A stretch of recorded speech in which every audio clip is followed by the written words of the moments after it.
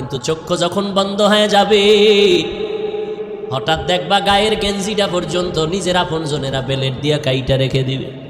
জামাটা খুলে দাও, গেঞ্জি খুলে রাখ, তাড়াতাড়ি বাজারে গিয়া নরমাল অল্প দামের কাফন কিনে নিয়ে আয়।